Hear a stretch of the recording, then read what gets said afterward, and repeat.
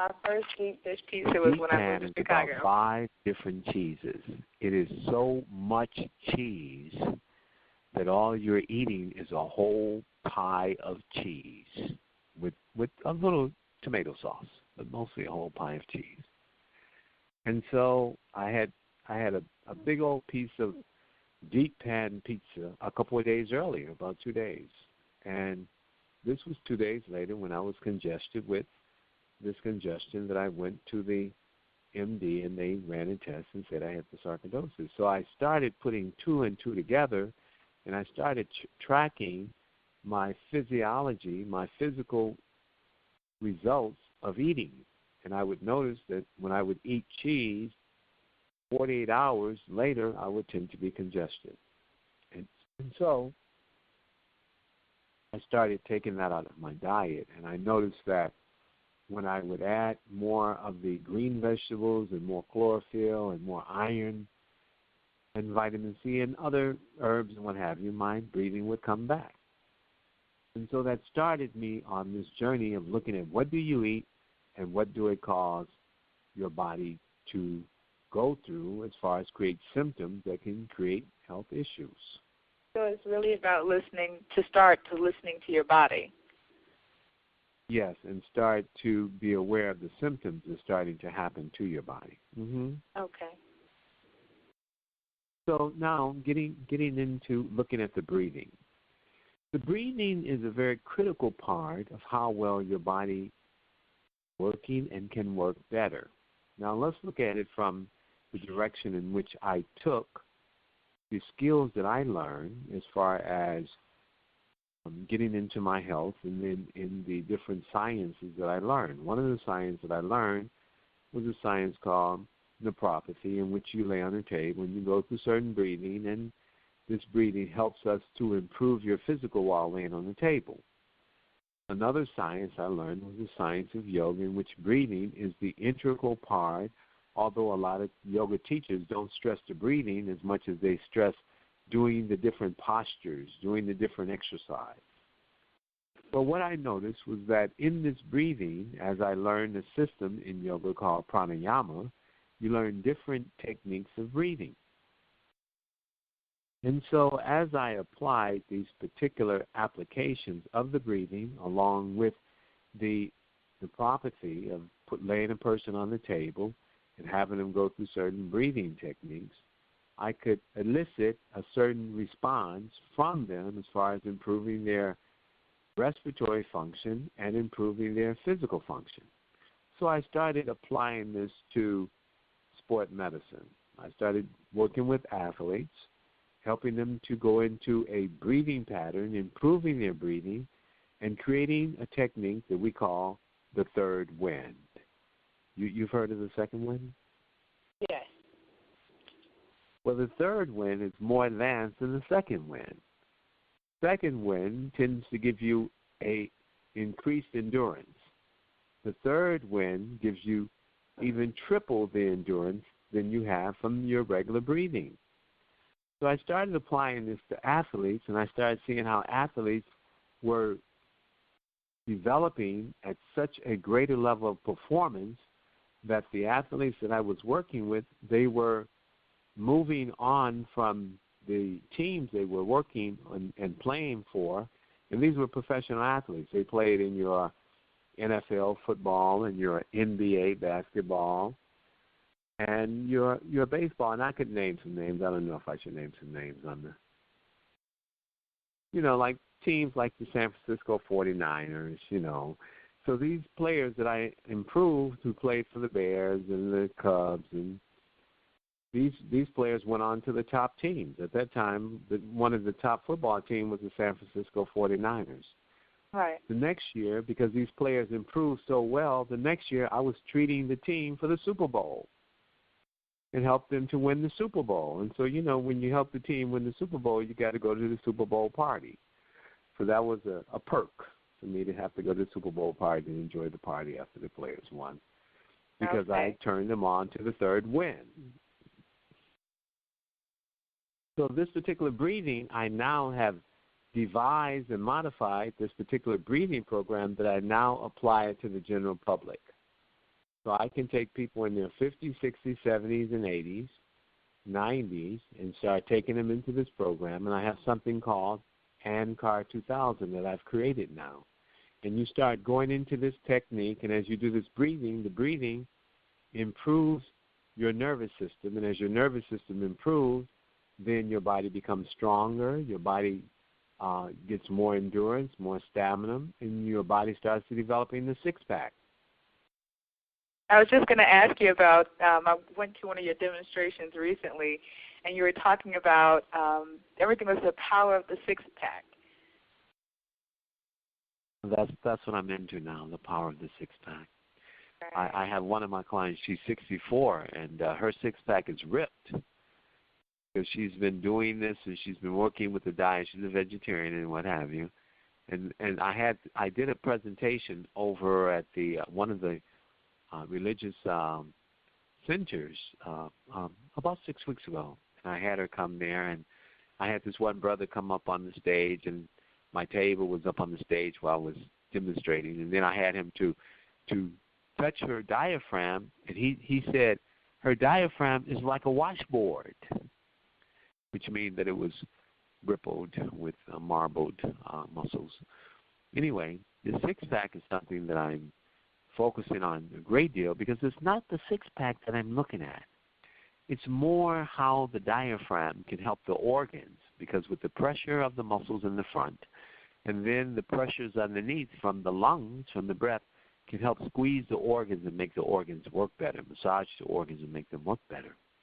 So I was looking at that because now we're looking at an epidemic, and that is with diabetes now. They're saying that within 10 years we're going to have 100 million people with diabetes.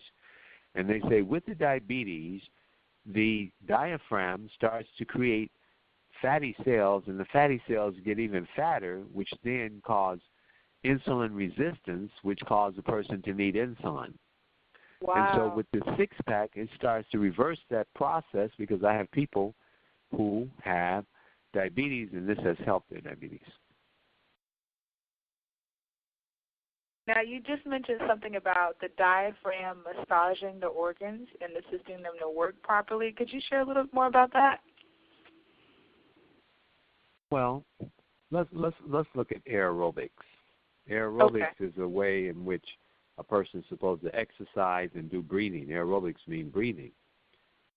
And what we look at is that when a person is running or doing certain exercise where they're breathing more extensively, their diaphragm tend to work more, whereby that's helping the organs to be massaged. Where this technique that we do, you just lay on the table and you do this breathing, and that's the acronym for the coin word that I have called ANCAR program. It stands for Athletic Neurocardio Aerobic Regeneration Program. You go into this breathing, and this breathing massage your internal organs because it's causing your diaphragm to contract more. When your diaphragm contracts, that's forcing the muscles to get tighter, which forces the organs to get stimulated. When the organs are stimulated, they tend to work better.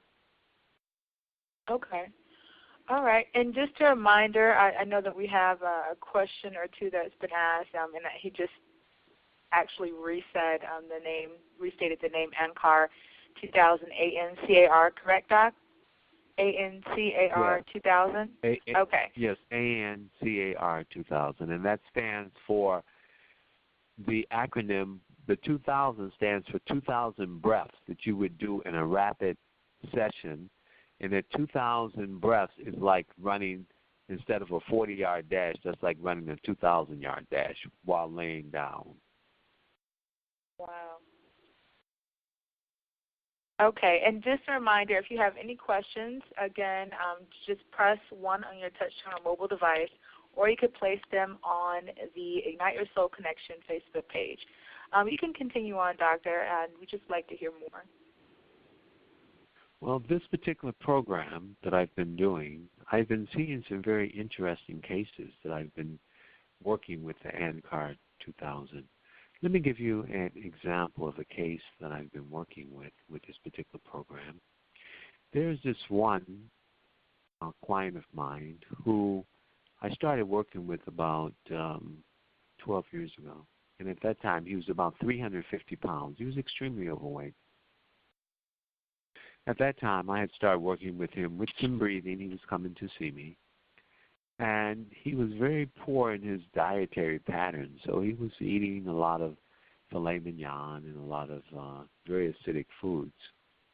So one day he came into my office and he was about to stroke. And so I told him, I said, you need to go to Mayo Clinic and you need to get a thorough workup, a thorough exam, because you are about to die on me, and I would not want that. I want you to be healthy. I said, so you should go there and get a workup so that we can start helping you to get healthy, because you won't listen to what I'm saying. He goes to Mayo Clinic, and they tell him he needs to become a vegetarian, which is what I have been telling him all along. But he listened to what they said. He became a vegetarian, and he lost 150 pounds. Wow. Well, at this point that he lost 150 pounds, he did not he did not give considerations to where his overall health was, but he was really trying to work on his health. So what happened is that his heart kept getting weaker. So even though he lost all this weight, because the damage he did when he was overweight, his heart, he had damaged the heart. So they had to put a pacemaker in his heart. Are you familiar with a pacemaker, Janice? I am. Okay, they put a pacemaker in his heart to help his heart work, because it was starting to lose the ability to keep his pressure up. Well, after they put the pacemaker in, his heart kept getting weaker. One day he called me and he said, Doc, he said, I thought I was going to die last night. My blood pressure dropped to 80/40. And for people now, that are listening, what's normal? Normal would be 120/70, 130/70, 75, somewhere between, say, 65 and 80, and 110/130. That would be normal. But his was 80/40. It only needed to drop down to 80/30, and his heart would have stopped, and he would have expired. Wow. So I had him come to see me, and when he came to see me, I started him into the ANCAR program. When he first came to see me, he barely could stand up and walk. And when he did walk, he was walking very slowly because his body was so weak, because his heart was so weak. Well, after we started the ANCAR program, he could only do 30 breaths when we first started, and that was very challenging for him to even do 30 breaths. As of today, he now can do 950 breaths. And now he walks very briskly. He goes on vacations. He sees me once every 2 weeks, and he's extremely better with his health. His blood pressure now is stabilizing at about 105/65 now. So that's one case that the ANCAR program has totally made a change in a person's health who is about to die. Right. I mean, that's amazing. Like, just the idea, knowing someone, people that get pacemakers, and maybe you could, I understand what they are, but maybe you could explain what they are. People that usually have pacemakers that I know, I mean, they're just here. They're not doing anything strenuous. They're, again, like you mentioned, moving slowly, to not upset the pacemaker or different things like that. The idea of him doing, you said over 900 breaths? Actually, 950 every day. 950 every day. That is truly something. And so you spoke and he gets about up and go on vacations and everything. He's not sitting in the chair, because that's usually what happens when you get a pacemaker. Exactly. Yeah, you're just all you sitting. can do is sit in the chair. Absolutely. So you spoke a bit about the reversal. How the system has done some things that have improved. This is just one case study that you brought up, and then you did mention a few others. But, lately, you did mention, Bernie Mac with sarcoidosis, but there's been a lot of people in the community, especially the